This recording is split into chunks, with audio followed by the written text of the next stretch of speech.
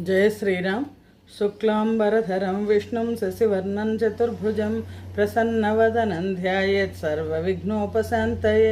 रामाय रामभद्राय रामचन्द्राय वेधसे रघुनाथाय नाथाय सीताय पतये नमः। వాల్మీకి రామాయణం శ్రీ పుల్లల శ్రీరామచంద్రుడు గారు రచించినది, తెలుగు చేసినది. ఇందులో బాలకాండం పూర్తయింది. ఈ రోజున మనం అయోధ్యకాండ ప్రారంభిస్తున్నాం. అయోధ్యకాండలో మొదటి సర్గ శ్రీరామచంద్ర పరబ్రహ్మణే నమః.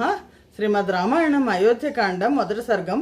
ఇందులో శ్రీరామ సద్గుణ వర్ణనము, దశరథుడు రాముని యువరాజును చేయాలని ఆలోచించుట, వివిధ రాజన్యులను, పౌరులను, జానపదులను ఆలోచనమునకై రాజసభకు ఆహ్వానించుట, ఇవి కనిపిస్తాయి.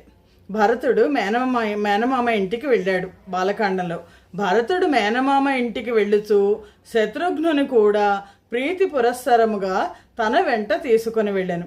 మేనమామ యుధాజిత్తు వీళ్ళ వివాహ సమయానికే వచ్చాడు. ఆయన ఆ సోదరులను పుత్ర ప్రేమతో లాలించుతుండెను. మాతుల గృహమునందు అంటే మేనమామ గృహంలో నివసించుతూ సకల సౌఖ్యములను అనుభవించుతుండినను భరత శత్రుఘ్నులు వృద్ధుడైన తమ తండ్రిని ఎల్లప్పుడూ స్మరించుకొనుతూనే ఉండిరి. రామాయణం మనకి తండ్రి ప్రేమ గురించి తెలియచేస్తుంది. దశరథుడు కూడా మహేంద్ర వరుణులతో సమానులైన తన కుమారులు భరత శత్రుఘ్నులను సదా స్మరించుచుండెను. దశరథుడు పురుష శ్రేష్ఠులైన 4 కుమారులను తన శరీరము నుండి ఆవిర్భవించిన 4 బాహువులను వలె సమముగానే ప్రేమించెను. అయినను ప్రాణులలో బ్రహ్మదేవుడు వలె సోదరులలో అధిక గుణవంతుడు, మహా తేజస్శాలి అయిన రామునిపై తండ్రికి ప్రేమ అధికముగా ఉండెను, తన వారసుడవుతాడని. రాముడు దృప్తుడైన రావణుని సంహరించుటకై దేవతలు ప్రార్థించుగా భూలోకములో పుట్టిన శాశ్వతుడైన విష్ణుమూర్తి కదా. అనంత తేజస్శాలి అయిన కుమారుడు రామునిచే కౌసల్య దేవతలలో శ్రేష్ఠుడైన ఇంద్రుని చేత అదితి వలె ప్రకాశించెను. రాముడు సౌందర్యశాలి, పరాక్రమవంతుడు, అసూయ లేనివాడు, గుణములచే దశరథుని వంటివాడు, తండ్రిలాగానే. ఈ విధముగా అతడు భూమిపై సాటి లేని కుమారుడు కదా. ఎవరైనా సరే శ్రీరామచంద్రుడు లాంటి కుమారుడు కావాలి అని కోరుకోవాలి. ఎల్లప్పుడూ ప్రశాంత చిత్తుడైన రాముడు మృదువుగానే మాట్లాడును. ఎవరైనా పరుషవాక్యములు పలికినను దానికి ప్రత్యుత్తరము చెప్పడు. ఎవరైనను ఏ విధముగానైనను ఏ ఒక్క ఉపకారమైనను చేసినచో దానికే నిండు మనస్సుతో సంతోషించును. ఎవరు ఎన్ని అపకారములు చేసినను వాటిని స్మరించడు. మనం చేయలేము ఆ పని.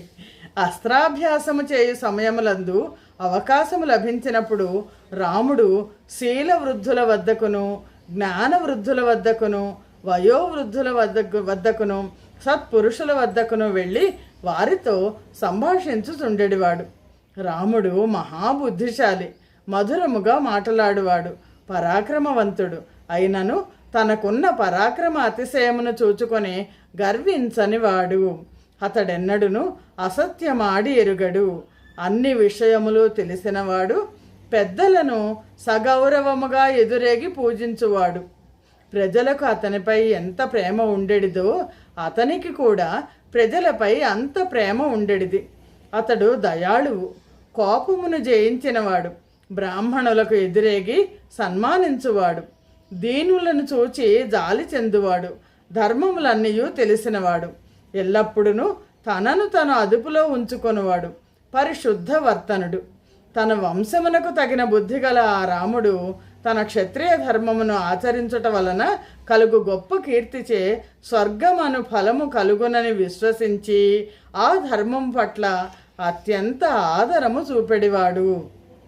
రాముడు శ్రేయస్కరములు కాని అకార్యముల యందు ఆసక్తి లేనివాడు, పండితుడు, ధర్మ విరుద్ధములైన కథలయందు అభిరుచి లేనివాడు, వరసగా యుక్తులను చూపుచూ మాటలాడుట యందు బృహస్పతి వంటివాడు, ఎట్టి అనారోగ్యము లేని యువకుడు, మంచి వాక్చాతుర్యము కలవాడు, అందమైన దేహము కలవాడు, ఏ దేశమునందు ఏ కాలమునందు ఏ పని చేయవలెనో తెలిసినవాడు, పురుషులలో ఉన్న సారమును గుర్తించగలిగినవాడు, లోకములో జనించిన ఏకైక సత్పురుషుడు.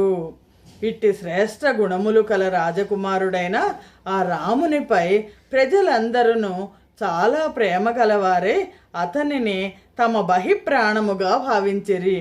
విద్యాభ్యాస నియమమును చక్కగా పూర్తి చేసుకొని సాంగవేద నిష్ణాతుడైన రాముడు ధనుర్వేదమునందు తండ్రిని మించి ఉండెను.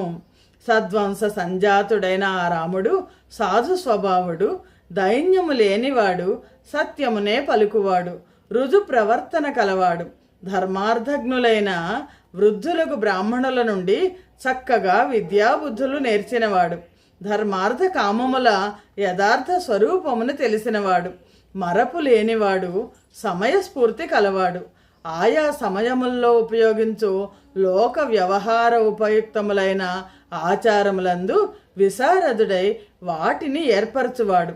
అతడు అణకువ కలవాడు, లోపలనున్న భావమును ముఖ వికారాదులచే పైకి తెలియనీయనివాడు, ఆలోచనలను రహస్యముగా ఉంచువాడు, సహాయవంతుడు. అతనికి కోపము వచ్చినను సంతోషము కలిగినను వ్యర్థము కావు. ఎప్పుడు దానము చేయవలనో ఎప్పుడు చేయకూడదో తెలిసినవాడు. ఆ రాముడు పెద్దల విషయమున దృఢమైన భక్తి కలవాడు, చపలత్వము లేని బుద్ధి కలవాడు, మొండి పట్టుదల లేనివాడు, చెడ్డ మాటలు పలుకనివాడు, సోమరితనము కానీ ఏమరిపాటు కానీ లేనివాడు, ఇతరులలో ఉన్న దోషములనే కాక తనలో ఉన్న దోషములను కూడా గుర్తింపగలవాడు, శాస్త్రములు తెలిసినవాడు, చేసిన మేలు మరవనివాడు, పురుషుల తారతమ్యమును గ్రహింపగలవాడు, న్యాయానుసారముగా దుష్టులను నిగ్రహించుట ఎందును శిష్టులను అనుగ్రహించుట ఎందును నేర్పు కలవాడు, సత్పురుషులను చేరదీసి రక్షించుటలో నిపుణుడు, ఎవరిని నిగ్రహించవలెనో తెలిసినవాడు, ధనము సంపాదించు ఉపాయములు తెలిసినవాడు, శాస్త్రోక్త ప్రకారము వ్యయము చేయు పద్ధతిని కూడా ఎరిగినవాడు. రాముడు శాస్త్రముల సముదాయములందును ఒకదానితో ఒకటి సంబంధించి లేదా చిన్న చిన్న విద్యలందును గొప్ప ప్రావీణ్యము సంపాదించినవాడు. అర్ధ ధర్మముల విషయమున సరి అయిన జాగరూకత వహించిన పిమ్మటనే భోగములను అనుభవించడివాడు, ఎన్నడును అలసత్వము లేనివాడు, వినోదమునకై ఉపయోగించు సంగీత నృత్యాదులలో ప్రవేశమున్నవాడు, ధనము నెట్లు వ్యయము చేయవలనో తెలిసినవాడు, ఏనుగులను గుర్రములను లొంగదీసుకొని వాటిని అధిరోహించుటకు సమర్థుడు. ప్రపంచమునందలి ధనుర్వేత్తవేత్తలలో శ్రేష్ఠుడైన ఆ రామునే అతిరథులందరూ మెచ్చుకొనిడివారు. సేనను నడుపుటలో మంచి నైపుణ్యము కల ఆ రాముడు శత్రువులపై దండెత్తి వారిని సంహరించడివారు. కోపించిన సురాసురులు కూడా రాముని యుద్ధమునందు ఎదిరింపజాలరు. అతడు అసూయ లేనివాడు, క్రోధమును జయించినవాడు, గర్వము మత్సరము లేనివాడు, ఏ ప్రాణిని కూడా అవమానించడు, కాలమును బట్టి మారిపోవువాడు కాదు. ఇట్టి శ్రేష్ఠ గుణములతో కూడిన ఆ రాజకుమారుడు ప్రజలకు తగినవాడుగా ఉండెను. 3 లోకములందును పూజ్యుడయ్యెను. ఓర్పు చేతను దానికి సంబంధించిన ఇతర సద్గుణముల చేతను భూమితోనూ బుద్ధితోనూ బృహస్పతిలాగా పరాక్రమంచే దేవేంద్రునిలాగా సమానుడై ఉండెను. రాముడు ఈ విధముగా ప్రజలందరికీ ఆనందము కలిగించునని, తండ్రికి సంతోషము కలిగించునవి అగు గుణముల చేత కిరణముల చేత ప్రజ్వరిల్లుచున్న సూర్యుడి వలె ప్రకాశించెను. ఆశ్రిత రక్షణాది నియమ సంపన్నుడు, ఎదిరింప శక్యము కాని పరాక్రమం కలవాడు, ఇంద్రాది దిక్పాలులతో సమానుడగు ఆ రాముడు తమకు ప్రభువు కావలనని భూమి కోరెను. సాటి లేని ఇట్టి అనేక గుణములతో కూడిన కుమారుని చూచి దశరథ మహారాజు ఇట్లా ఆలోచించెను, నేను జీవించి ఉండగా రాముడు రాజగున నేనీ ఆనందమును అనుభవింతునా? నా ప్రియపుత్రుడగు రాముడు రాజ్యాభిషిక్తుడు కాగా నేనెప్పుడు చూడగలనో కదా అను గొప్ప ప్రేమపూర్వకమగు చింత అతని మనస్సులో మెదులుచుండెను. ప్రాచీన కాలంలో రాజులు కుమారులకు పట్టాభిషేకం చేసి వీళ్ళు వానప్రస్థానికి వెళ్ళేవాళ్ళు. అంటే ఎప్పుడైనా అవసరమైతే కుమారులకు సలహాలు ఇవ్వడానికి, అలాగే కుమారుడు రాజ్యం చేస్తుండగా చూసి ఆనందించడానికి. ప్రజల అభివృద్ధిని కోరువాడు, సకల ప్రాణులను దయతో చూచువాడు అయిన రాముడు వర్షించు మేఘము వలె ప్రజలందరికీ నాకంటే కూడా ఎక్కువ ప్రియుడు కదా దశరథుడు అనుకుంటున్నాడు. రాముడు పరాక్రమం నందు యమునితోనూ, దేవేంద్రునితోనూ, బుద్ధి యందు బృహస్పతితోనూ, ధైర్యమునందు పర్వతముతోనూ సమానుడు. నాకంటే కూడా చాలా మంచి లక్షణములు కలవాడు. నా కుమారుడు ఈ భూమిని అంతయు పాలించుచుండగా ఈ వయస్సులో చూచి నేను స్వర్గమును పొందెదను గదా అని ఆ మహారాజు ఆలోచించుచుండెను. రాముని యందు ఇంతవరకు చెప్పిన ఇతర రాజ దుర్లభములైన ఈ వివిధ గుణములే కాక ఇంకా ఎన్నియో శుభగుణములు చేరి ఉన్నవి. అవి లెక్కింపరానివి, లోకములో శ్రేష్టమైనవి. అట్టి రాముని చూచి దశరథ మహారాజు మంత్రులతో ఆలోచించి అతనిని యువరాజును చేయవలని నిర్ణయించెను. స్వర్గ ఆకాశ భూములపై కనబడుతున్న ఉత్పాతములచే ఘోరమైన భయము రానున్నదని సూచింపబడుతున్నదని, తన శరీరము జరాజీర్ణమైపోయినదనియు అతడు మంత్రులతో చెప్పెను. పూర్ణచంద్రుని వంటి ముఖము గలవాడు, మహాబుద్ధిశాలియు అగు రాముడు లోకప్రియుడొకటిచే అతనికి పట్టాభిషేకము చేసినచో తనకెట్టి విచారము ఉండదన్న విషయం కూడా గుర్తించెను. ధర్మాత్ముడైన ఆ దశరథ మహారాజు తనకును ప్రజలకును శ్రేయస్సు కొరకు తనకు ఆ కార్యములు ఇష్టమొకటి చేత, సమయము వచ్చుట చేత ఆసక్తిపూర్వకముగా రామాభిషేకార్థమై తొందరపడెను.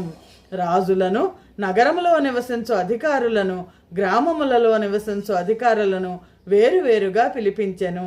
తొందరలో భరతుని మాతామహుడైన కేకయరాజును కానీ జనక మహారాజును కానీ పిలిపించలేదు. వారి శుభవార్తను తర్వాత వినదరులిమ్మని భావించెను.